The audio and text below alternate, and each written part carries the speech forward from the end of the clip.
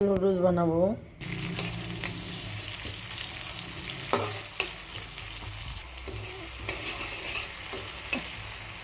এখানে আমি দিয়ে নিলাম হাড় ছাড়া গরুর মাংস, ছোটো ছোটো পিস করে রেখেছিলাম, এবং আলু।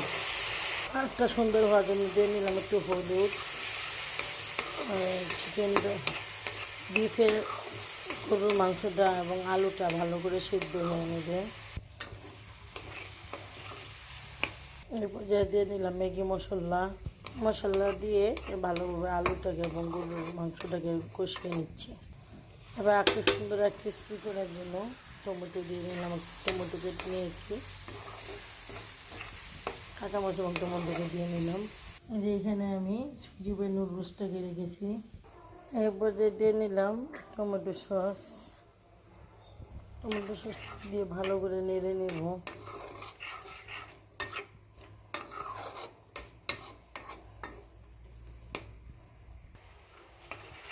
সুন্দর করে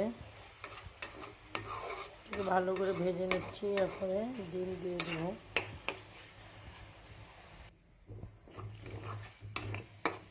ডিম দিয়ে নিলাম, ডিমটা দিকে ভালো করে নেড়ে নেব।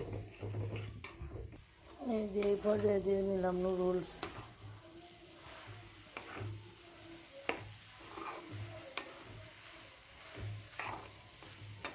তো কেমন হলো আমার রান্নাটা? এখন 5 মিনিট ভেজে নামিয়ে ফেলব। হয়ে গেল আমার বিফ আলুর নুডলস।